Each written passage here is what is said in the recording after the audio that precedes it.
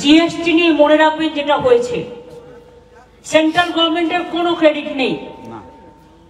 আমি এটা প্রথম দাবি করেছিলাম চিঠি লিখে যে ইন্স্যুরেন্স থেকে জিএসটি তুলে নেওয়া উচিত, কারণ আপনারা দেখেছেন আগে জিরেতে জিএসটি ছিল, হিরেতে নয়।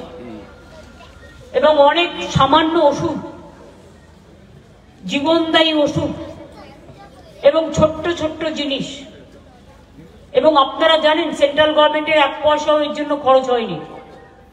সব টাকাটা গেছে রাজ্য সরকারের কোষাগার থেকে।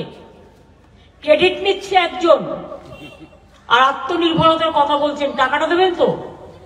এটা হয়েছে, আমি খুশি, মানুষ সুযোগ পাচ্ছেন, কিন্তু করেছি আমরা কারণ আমার বাংলার মানুষদের জন্য, বাংলা থেকে আমার 20,000 কোটি টাকার এর জন্য রেভিনিউ লস হবে।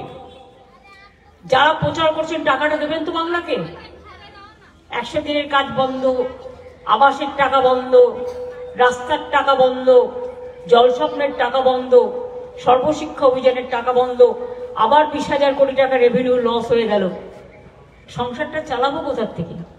কিন্তু তা সত্ত্বেও আমি খুশি যে সুযোগটা মানুষ পেয়েছে, যেখান থেকে হোক আমাদের জোগাড় করতে হবে, কিন্তু মানুষের সুবিধা হয়েছে, এটা আমি বেশি খুশি।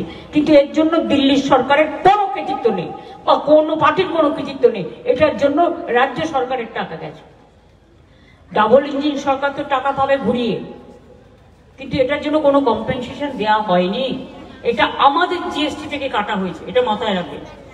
আমরা যে জিএসটিটা পাই, একটাই ট্যাক্স এখন দেবার বদলে নাম নিচ্ছে নিজেরা, আর টাকা গেছে আমার 20,000 কোটি টাকা।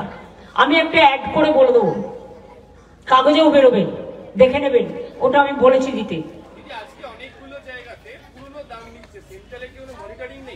মনিটরিং থাকবে তো, টাকাটাই তো ওদের নয়, আমরা সেটা একটা চার্ট করে দিয়ে দেবো, কারণ যেহেতু টাকাটা আমাদের যাচ্ছে, মানুষ সুযোগ পেলে আমরা খুশি হই, ঠিক আছে?